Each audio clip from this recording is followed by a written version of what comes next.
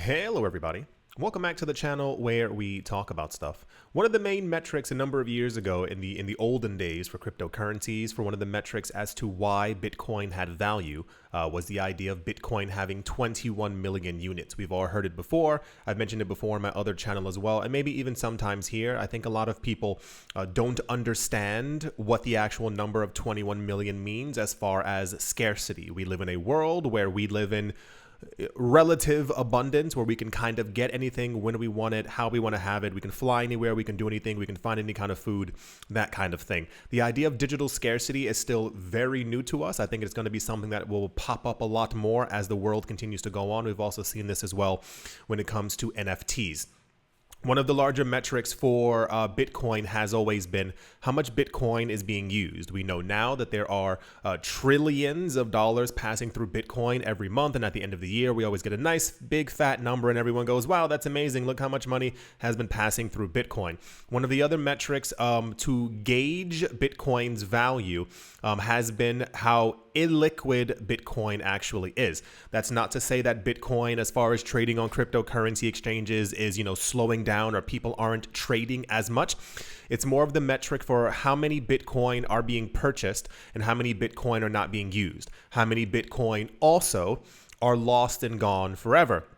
This was more of a discussion around 3, 4, 5 years ago. I think a lot of it has, my personal opinion, I think a lot of it has gone relatively hush-hush because I think the larger players in the game, the BlackRocks, the Fidelities, the JP Morgans, the other millionaires and billionaires, I think they know exactly what's going on, and I think it's a lot better for them to kind of keep it a secret as opposed to alerting the general public. You don't understand that there's a massive difference between there being 8 billion people on the planet and only 21 million Bitcoin. If you've seen my other videos on this channel before, you know that a lot of times I have this segment where I call it rich people are buying up all the Bitcoin. And I don't make that to simply be like, okay, well, they're buying more Bitcoin. It's to literally show you that at certain points, there is one person on the planet who may own 18,000 Bitcoin. If you do the entire, how much could each person have if Bitcoin was evenly spread out, it comes out to 0.003 Bitcoin. It's less than 1 million Satoshis. It comes as 333,000 Satoshis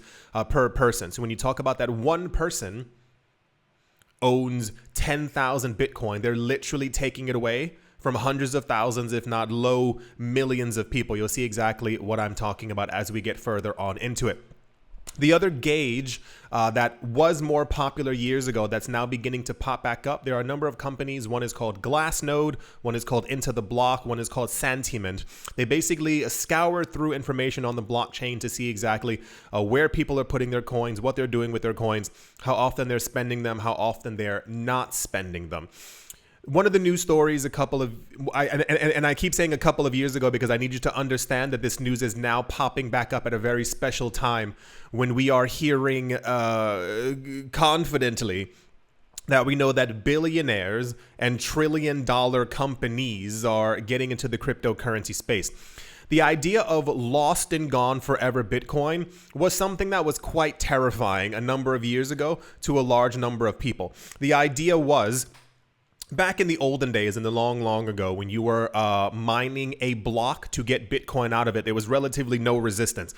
So you could even use your normal computer that you're on right now to easily mine Bitcoin. Of course, we know that that's no longer the case as time has moved on. However, before you were simply able to do that, a lot of people were actually actively mining Bitcoin with their own computer at home, and people were getting pretty hefty rewards. There were people who had 15,000 Bitcoin, 35,000 Bitcoin, huge amounts of Bitcoin. It is also believed that Satoshi Nakamoto himself maybe also minted 1 million coins, and he just not using them. He's not moving them. They're simply in a wallet somewhere. But this is also an old wives' tale kind of thing when it comes to the cryptocurrency lore or story, if you will.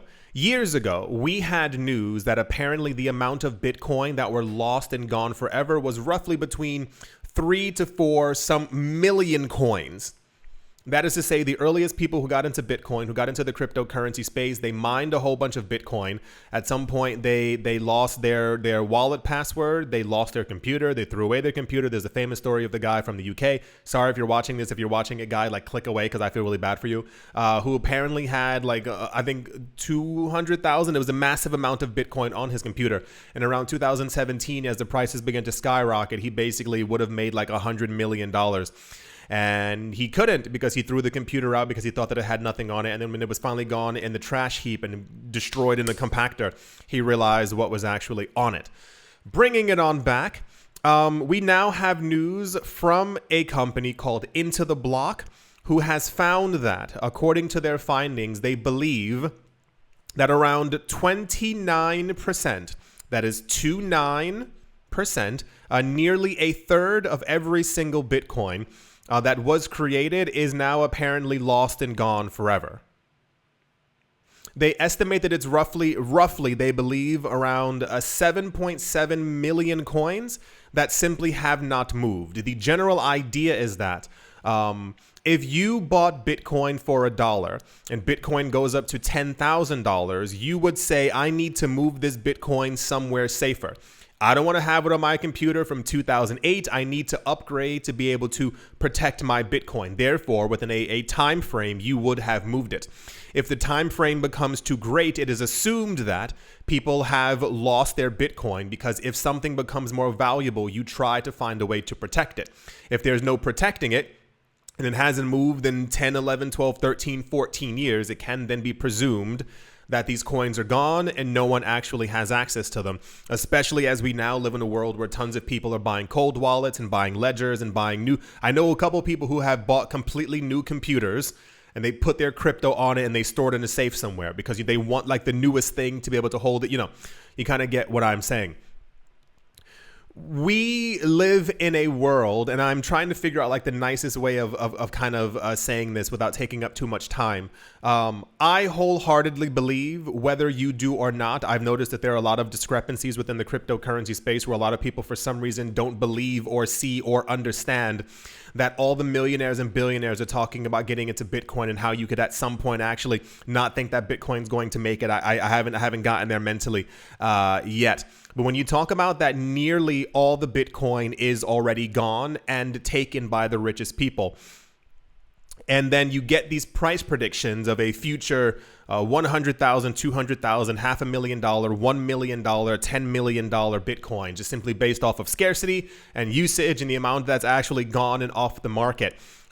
We are living in, and I know this is, you know, a bit heavy, in really unprecedented times where all of this is actually taking place and all of this is possible. If you talk about something that could potentially in the future go up to $1 million per coin, the time frame for this, a lot of people believe, is roughly around 2032 during the next halving. You've seen the charts. I don't have to go over any of them. And you talk about that 29% of them are lost and gone forever. And the new people who are creating them are the millionaires and billionaires who have the money to be able to have this infrastructure. And the people who are mainly buying them now are the millionaires and the billionaires and the trillionaires. This is going to lead us into I think a world where personally a lot of people are going to be very upset that they did not have Bitcoin. That's not financial advice. That's more of you see what's happening. You like, imagine we lived in a world where there were only 21 million apples. Think of it that way. And at some point you keep hearing that one person bought 13,000 apples. Another company has 140,000 apples. And I think you can maybe put it into more context for your mind because you've tasted an apple before. If you like oranges, say orange. It doesn't really matter. And then at some point you realize that people are like slicing the apples to make sure that they have like thin slices. And you go, well, I have a thin slice of an apple. That's pretty cool. And then you realize that someone else across the street has a gigantic grove of all of these things. At some point, apples will no longer be on the market because they're being hoarded by other people. And imagine in a world, apples are so scarce that you can literally get $1 million per apple because everyone's desperate just to be able to taste and see what an apple tastes like because there's simply no more in the market and no more can be made. Right. This is where we currently are. We also got news recently as well. I'm telling you, when I say that rich people are buying up all the Bitcoin, there will be none left for normal people. It is mathematically impossible. I spoke to someone before, and I've said it before in the other channel, and I look at the comment section. Sometimes the comment section can be like a little bit wild. And I was looking at what people say and what people have told me. People don't understand digital scarcity. It's simply not a thing that's flowing through their mind. You can't tell someone that the rich are buying all the Bitcoin because they go on a cryptocurrency exchange and they say, well, I can go buy some right now. That's not how it works, and I'm getting flustered even beginning to think about it. The other news that we got just about a day or two ago, there's a term called long-term Bitcoin holders. It is to say people who are holding their Bitcoin for more than half a year longer. So that is to say the people who have accumulated their Bitcoin with no intent of selling anytime soon. The amount of Bitcoin held by long-term holders, people who have held their coins for more than half a year plus. This includes everyone else, and this also compiles the people who have those wallets that have not moved in the last 5, 10, 15 years, is now 75% of all Bitcoin. 75% of all Bitcoin is now held just by long-term holders. That does not include new people who are getting into the market today or yesterday or the day before who are like, I want to start accumulating Bitcoin. This does not include the other 4 to 5 billion people on the planet who are still yet to realize that this is an asset class and try to get into it as well. There will be a time, if Bitcoin ends up hitting $1 million per coin, where these people will not be able to accumulate even 1,000 Satoshis, even 10,000 Satoshis. That roughly comes out to like, I think $3 or $4 currently at the moment. They will not be able to buy it because the price of it will be so high they won't be able to afford it. It's kind of like, like you look at Bitcoin's price right now and it's like 30,000-esque. Like, how many of you right now have 30,000 in your bank account to be able to buy an entire Bitcoin? How many of your friends? How many of your family members? You could have done it when it was $1. You could have done it when it was $15. You might have even done it when it was like $2,000, $3,000, $4,000, $5,000. But now you simply cannot.